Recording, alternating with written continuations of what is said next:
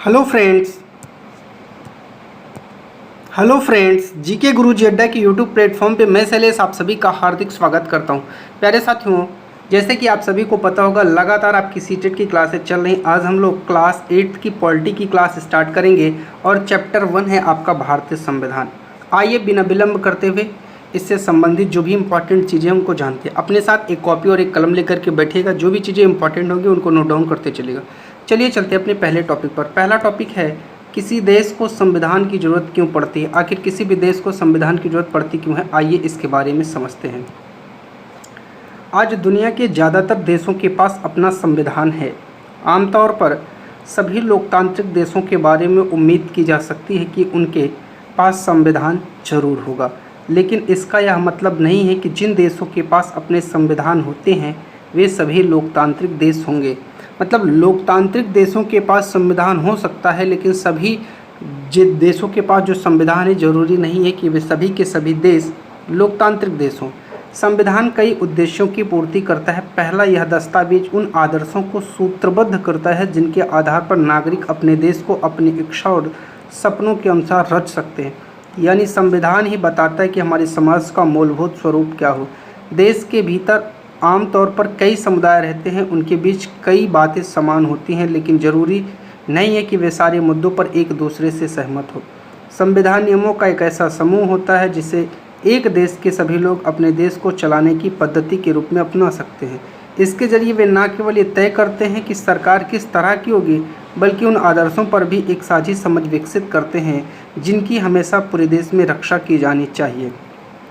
आइए कुछ इम्पॉर्टेंट चीज़ों की बात करते हैं। अब ये इम्पॉर्टेंट है आपके लिए। 1934 में भारतीय राष्ट्रीय कांग्रेस ने संविधान सभा के गठन की मांग को पहली बार अधिकृत नीति में शामिल किया। केवल भारतीयों को लेकर बनने वाली एक स्वतंत्र संविधान सभा की यह मांग दूसरे विश्व युद्ध के दौरान और तेज हो गई। अंततः दिसंबर 1946 में संविधान सभा का गठन किया गया। तो संविधान सभा का गठन दिसंबर 1946 और इसकी सर्वप्रथम मांग, ये दोनों इम्पॉर्टेंट है, यहाँ से क्वेश्चन बनते हैं। चलिए आगे बात करते हैं।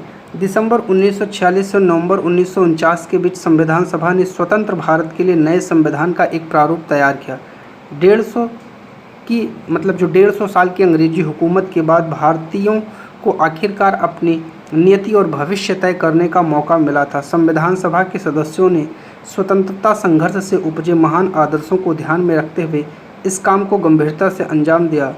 संविधान सभा के कामों के बारे में आप इस अध्याय में पढ़ेंगे। चलिए आगे बात करते हैं। इन बातों का क्या मतलब है, यह समझने के लिए आइए दो बिल्कुल अलग अलग परिस्थितियों पर गौर करें। दोनों घटनाएं भारत की उत्तरी सीमा पर स्थित नेपाल के ताज़ा इतिहास की घटना है। समाचार पत्रों के माध्यम, ये समाचार पत्र है। ऊपर दी गई खबर में बताया गया है कि नेपाल के लोगों ने हाल ही में एक अंतरिम संविधान की मंजूरी दी है। सवाल यह उठता है कि जब नेपाल में पहले से ही संविधान था तो उसे नए संविधान की जरूरत क्यों पड़ी। इसका कारण यह है कि पिछले कुछ समय पहले तक नेपाल एक राजतंत्र था। राजतंत्र का मतलब वहाँ राजा का शासन था। 1990 में बना नेपाल का पिछला संविधान इस सिद्धांत पर आधारित था कि शासन की सर्वोच्च सत्ता राजा के पास होगी। नेपाल के लोग कई दशक से लोकतंत्र की स्थापना के लिए जन आंदोलन करते चले आ रहे थे। इसी संघर्ष के फलस्वरूप 2006 में आखिरकार उन्हें राजा की सत्ता को खत्म करने में कामयाबी मिल गई। नेपाल के लोग लोकतंत्र के रास्ते पर चलना चाहते थे और इसके लिए उन्हें एक नया संविधान चाहिए था। वे पिछले संविधान को इसलिए नहीं अपनाना चाहते थे क्योंकि उसमें वे आदर्श नहीं थे जो नेपाल के लोग चाहते थे, जिनके लिए वे लड़ते रहे थे। चलिए आगे बात करते हैं। जिस तरह फुटबॉल के खेल में नियम बदलते ही खेल बदल जाता है, उसी तरह नेपाल को भी राजतंत्र की जगह लोकतांत्रिक शासन व्यवस्था पर चलने के कारण अपने सारे नियम बदलने होंगे ताकि एक नए समाज की रचना की जा सके। यही कारण है कि नेपाल के लोगों ने 2015 में अपने देश के लिए एक नया संविधान अपनाया। ऊपर के चित्र के साथ दिए गए अंश में लोकतंत्र के लिए नेपाल के संघर्ष के बारे में बताया गया है। संविधान का दूसरा मुख्य उद्देश्य होता है देश की राजनीतिक व्यवस्था को तय करना। नेपाल के पुराने संविधान में कहा गया था कि देश के शासन की बागडोर राजा और मंत्रिपरिषद के हाथ में होगी। जिन देशों ने लोकतांत्रिक शासन पद्धति या राज्य व्यवस्था को चुना है, वहाँ निर्णय प्रक्रिया के नियम तय करने में संविधान बहुत अहम भूमिका अदा करता है। लोकतंत्र में हम अपना नेता खुद चुनते हैं ताकि हमारी ओर से वे सत्ता का जिम्मेदारी के साथ इस्तेमाल कर सकें। फिर भी इस बात की संभावना हमेशा रहती कि नेता सत्ता का दुरुपयोग कर सकते हैं। इस तरह की विकृतियों से बचाव का उपाय संविधान में मिलता है कि नेता सत्ता का दुरुपयोग न करने पाए। राजनेताओं द्वारा सत्ता के इस दुरुपयोग से लोगों को एक साथ भारी अन्याय हो सकता है।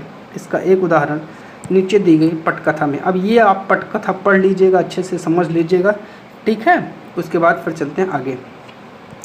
लोकतांत्रिक समाज में प्राय संविधान ही ऐसे नियम तय करता है जिनके द्वारा राजनेताओं के हाथों सत्ता के दुरुपयोग से रोका जा सकता है। भारतीय संविधान में ऐसे बहुत सारे कानून मौलिक अधिकारों वाले खंड में दिए गए हैं। वहाँ आपने पढ़ा था कि भारतीय संविधान देश के सभी व्यक्तियों को समानता का अधिकार देता है। हमारा संविधान कहता है कि धर्म, नस्ल, जाति, लिंग और जन्म स्थान के आधार पर देश के किसी भी नागरिक के साथ भेदभाव नहीं किया जा सकता। इस प्रकार समानता का अधिकार भारतीय संविधान में दिया गया एक मौलिक अधिकार है, तो इसको याद रखिएगा, ठीक है। चलिए आगे बात करते हैं। लोकतंत्र में संविधान का एक महत्वपूर्ण काम होता है कि कोई भी ताकतवर समूह किसी दूसरे या कम ताकतवर समूह पर लोगों के खिलाफ अपनी ताकत का इस्तेमाल ना करे। अब नीचे पटकथा दी गई, आप लोग पढ़ लीजिएगा। यहाँ लड़के और लड़कियों में खेल की डिस्कशन को लेकर चर्चा किया गया। जहाँ लड़कियों की संख्या कम और लड़कों की ज़्यादा है तो लड़कों के ही खेल को प्रोत्साहन दिया गया है।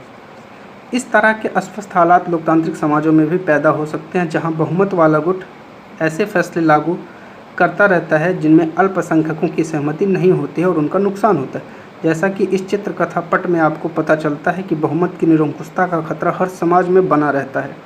संविधान में दिए गए नियमों से इस बात का ख्याल रखा जाता है कि अल्पसंख्यकों को किसी ऐसी चीज़ से वंचित ना किया जाए जो बहुसंख्यकों के लिए सामान्य रूप से उपलब्ध है। अल्पसंख्यकों पर बहुसंख्यकों की इस निरंकुशता या दबदबे पर प्रतिबंध लगाना भी संविधान का महत्वपूर्ण कार्य है। यह दबदबा एक समुदाय द्वारा दूसरे समुदाय के ऊपर हो सकता है जिसे अंतर सामुदायिक वर्चस्व कहते हैं। फिर एक ही समुदाय के भीतर कुछ लोगों दूसरे लोगों को दबा सकते हैं जिसे अंतः सामुदायिक वर्चस्व कहते हैं। आइए आगे बात करते हैं। संविधान क्यों चाहिए या संविधान क्यों होना चाहिए? इसका तीसरा महत्वपूर्ण कारण यह है कि जब हम खुद को अपने आप से बचा सकें, अर्थात हम ही अपने आप को स्वयं से बचा सकें। बात सुनने में ज़रा अजीब लगती है, असल में इसका मतलब यह है कि कई बार हम किसी मुद्दे पर बहुत तीखे ढंग से सोचने लगते हैं। ऐसा विचार हमारे व्यापक हितों के लिए नुकसानदेह हो सकते हैं। संविधान हमें ऐसी भावनाओं से बचने में मदद करता है। अब नीचे की पटकथा आप पढ़ लीजिएगा। देखिए, पटकथा समझाने में बहुत समय लॉस होगा, आप लोग इसको देख लीजिएगा। चलिए, संविधान हमें ऐसे फैसले लेने से भी रोकता है जिनमें उन बड़े सिद्धांतों को ठेस पहुंच सकती है जिनमें देश आस्था रखता है। उदाहरण के लिए, ठीक है, अगर आपको जानना है कि लोकतंत्र को मानने वाले अधिकांश लोग गंभीरता से महसूस करने लगे कि दलगत राजनीति यानी पॉलिटिक्स बहुत विकृत हो चुकी है, इसलिए अब चीज़ों को दुरुस्त करने के लिए किसी भी तानाशाह को शासन सौंप देना चाहिए, फौजी शासन हो जाना चाहिए। इस भावना में बहकर लोग बहुधा इस बात को महसूस नहीं कर पाएंगे कि लंबे दौर में तानाशाही शासन से तो उनके सारे हितों को तहस नहस कर देगा। एक अच्छा संविधान देश की बुनियादी संरचना को इस तरह से उन्माद से बचाता है। यह ऐसे प्रावधानों को अपनी ओर पलटने नहीं देता है जिनके जरिए नागरिकों को अधिकारों का आश्वासन मिलता है और उनकी स्वतंत्रता की रक्षा होती है। चलिए, इस चर्चा से आप समझ जाएंगे कि संविधान किसी भी लोकतांत्रिक समाज में कितनी महत्वपूर्ण भूमिका निभाता है। आइए नीचे चलते हैं। आइए अब भारतीय संविधान में कुछ आयामों का अध्ययन करें और इस बात को समझें कि उपरोक्त बिंदु कुछ खास आदर्शों और नियमों का किस रूप से ग्रहण करते हैं। भारतीय संविधान का मुख्य लक्षण, आइए बात करते हैं। भारतीय संविधान मुख्य लक्षण। 20वीं सदी तक आते आते भारतीय राष्ट्रीय आंदोलन कई दशक पुराना हो चुका था। स्वतंत्रता संघर्ष के दौरान राष्ट्रवादियों ने इस बात पर काफ़ी विचार किया था कि स्वतंत्र भारत किस तरह का होना चाहिए। ब्रिटिश शासन के अंतर्गत उन्हें जिन नियमों को मानना पड़ता था वे उन्होंने खुद नहीं बनाए थे। औपनिवेशिक राज्य के लंबे अत्याचारी शासन ने भारतीयों के सामने इतना जरूर स्पष्ट कर दिया कि स्वतंत्र भारत को एक लोकतांत्रिक देश होना चाहिए। उसमें प्रत्येक नागरिक को समान माना जाए और सभी को सरकार में हिस्सेदारी का अधिकार होगा। इसके बाद यह तय होना था कि भारत में लोकतांत्रिक सरकार का गठन कैसे किया जाए और उसके कामकाज के नियम क्या हैं। यह काम किसी एक आदमी के वश में नहीं था। इसमें लगभग 300 लोगों ने योगदान दिया। ये इंपॉर्टेंट है, आपसे पूछता है कितने लोगों ने योगदान दिया था। जो 1946 में गठित की गई संविधान सभा के सदस्य थे, तो 1946 में गठित की गई संविधान सभा में कितने सदस्य थे? 300 लोग। भावी संविधान के निर्माण के लिए अगले 3 साल तक संविधान सभा की बैठकें होती रही। कितने साल तक? 3 साल तक, ये भी याद रखिएगा। संविधान सभा के सदस्यों के बीच एकता की एक जबरदस्त भावना थी। भावी संविधान के एक एक प्रावधान पर जमकर चर्चा हुई। सभी लोग सहमति विकसित करने के बारे में गंभीर थे। उपरोक्त चित्र के मध्य में सरदार वल्लभ भाई पटेल आपको ये दिखाई दे रहे हैं, ठीक है, जो संविधान सभा के एक महत्वपूर्ण सदस्य थे। चलिए आगे बात करते हैं। संविधान सभा इन सदस्यों के सामने एक बड़ी जिम्मेदारी थी। हमारे देश में कई समुदाय थे, उनकी ना तो भाषा एक थी, ना धर्म एक था, ना ही उनकी एक जैसी संस्कृति थी। वैसे भी संविधान लिखा जा रहा था, उस समय हमारा देश भारी उथल पुथल से गुजर रहा था। भारत पाकिस्तान का बंटवारा लगभग तय हो चुका था, कुछ रियासतें तय नहीं कर पा रही थी उनका भविष्य क्या होगा, वे किधर जाएंगे। जनता की सामाजिक आर्थिक स्थिति भयानक थी। संविधान सभा के सदस्यों के सामने ये सारे मुद्दे थे, लेकिन उन्होंने अपने इस ऐतिहासिक दायित्व को बहादुरी से पूरा किया और देश को एक ऐसा कल्पनाशील दस्तावेज दिया जिसमें राष्ट्रीय एकता को बनाए रखते हुए विविधता के प्रति गहरा सम्मान दिखाई देता है। उन्होंने जो दस्तावेज तैयार किया उसमें सामाजिक आर्थिक सुधारों के जरिए गरीबी उन्मूलन और जनप्रतिनिधियों के चयन में जनता की महत्वपूर्ण भूमिका पर काफ़ी जोर दिया गया। ठीक है, चलिए आगे बात करते हैं। बाबा साहेब डॉक्टर भीमराव अम्बेडकर को भारतीय संविधान का जनक कहा जाता है। मोस्ट इम्पॉर्टेंट पूछा जाता है। डॉक्टर अम्बेडकर का विश्वास था कि संविधान सभा में उनकी हिस्सेदारी से अनुसूचित जातियों को संविधान के प्रारूप की कुछ सुरक्षात्मक व्यवस्था मिली है, लेकिन उन्होंने यह भी कहा था कि भले ही कानून बन गए हों, अभी भी अनुसूचित जातियां बेफिक्र नहीं हो सकती, क्योंकि इन कानूनों का संचालन सवर्ण हिंदू अधिकारियों के हाथों में ही है। इसीलिए उन्होंने अनुसूचित जातियों से आह्वान किया कि वे सरकार के अलावा लोक सेवकों में भी बढ़ चढ़कर भागीदारी करें। ठीक है, चलिए आगे अब बात करते हैं। आगे के हिस्सों में भारतीय संविधान के कुछ मुख्य आयामों का उल्लेख किया गया। इन बातों को पढ़ते विविधता, एकता, सामाजिक आर्थिक सुधार, प्रतिनिधित्व से संबंधित उपरोक्त चिंताओं को लगातार ध्यान में रखिए जिनसे इन दस्तावेज को लिखने वाले जूझ रहे थे। इसे समझने की कोशिश कीजिए कि उन्होंने स्वतंत्र भारत को एक शक्तिशाली लोकतांत्रिक समाज बनाने के उद्देश्य को पूरा करने के साथ इन चिंताओं को किस तरह हल किया। पहला है संघवाद, फेडरलिज्म। आइए, इसका मतलब है कि देश में एक से ज़्यादा स्तर की सरकारों का होना। मोस्ट इम्पॉर्टेंट है, आपसे पूछ लेता है संघवाद क्या है। तो इसका मतलब है कि देश में एक से ज़्यादा स्तर की सरकारों का होना। हमारे देश में राज्य स्तर पर भी सरकारें हैं, केंद्र स्तर पर है, पंचायती राज व्यवस्था शासन का तीसरा स्तर है। तो आपसे पूछता है शासन का तीसरा स्तर क्या है? पंचायती राज व्यवस्था, जिसके बारे में कक्षा 6 में पढ़ चुके हैं। कक्षा 7 की किताब में आपने राज्य सरकार को देखा है और इस साल हम लोग केंद्र सरकार के बारे में पढ़ेंगे।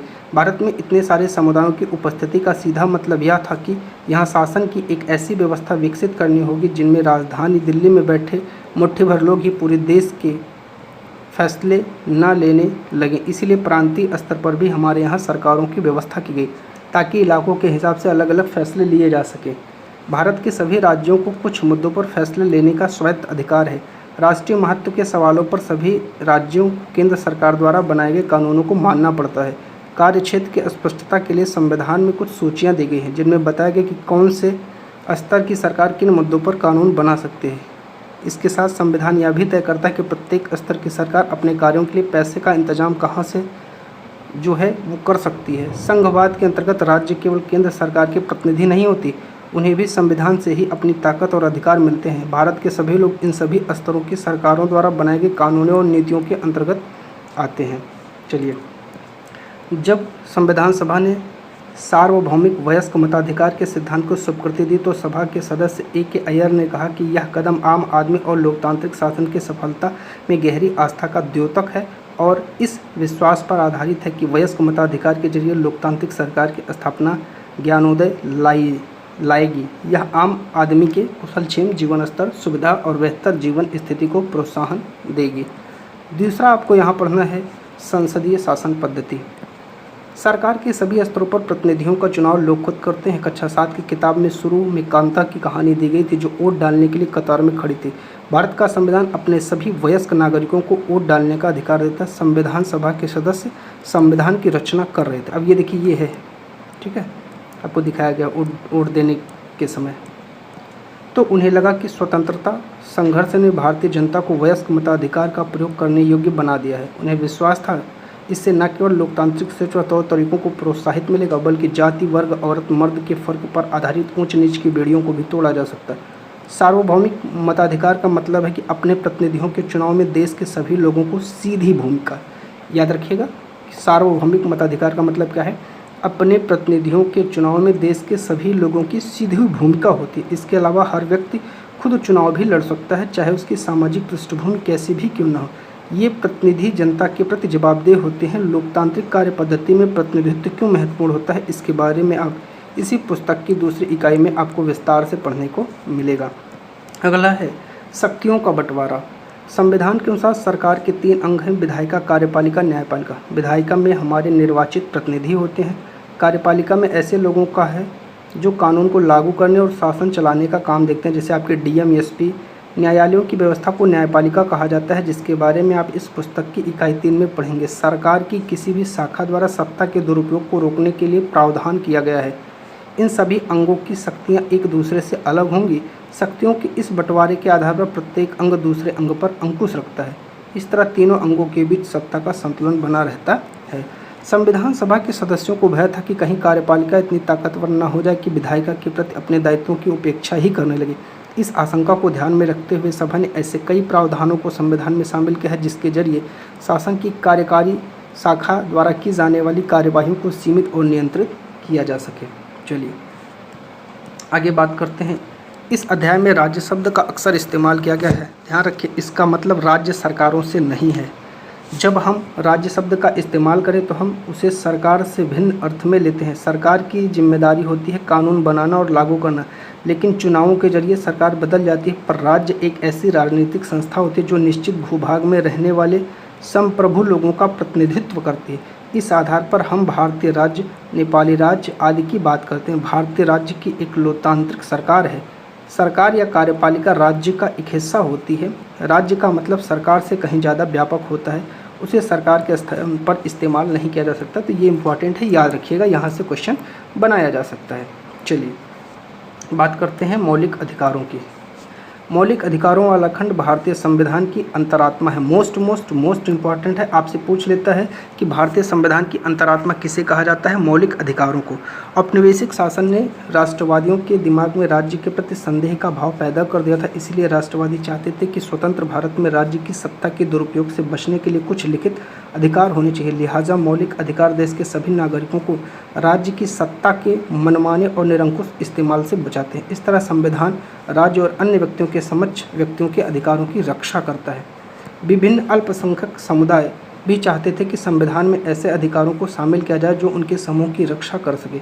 फलस्वरूप बहुसंख्यकों से अल्पसंख्यकों के अधिकार की रक्षा का आश्वासन भी संविधान में दिया गया है। इन मौलिक अधिकारों के बारे में डॉक्टर अम्बेडकर ने कहा, इनका दोहरा उद्देश्य है। पहला, हर एक नागरिक ऐसी स्थिति में हो कि वह उन अधिकारों के लिए दावेदारी कर सके, और दूसरा, वे अधिकार हर उस सत्ता और संस्था के लिए बाध्यकारी हों जिसे कानून बनाने का अधिकार दिया गया है। आगे की चर्चा करते हैं। मौलिक अधिकारों के अलावा हमारे संविधान में एक खंड नीति निर्देशक तत्वों का है। संविधान सभा के सदस्यों ने यह खंड इसीलिए जोड़ा था ताकि ज़्यादा सामाजिक और आर्थिक सुधार लाए जा सके।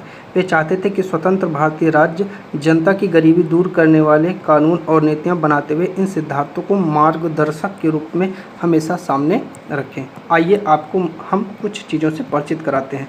भारतीय संविधान में जो मौलिक अधिकार हैं कौन कौन से हैं? पहला है समानता का अधिकार।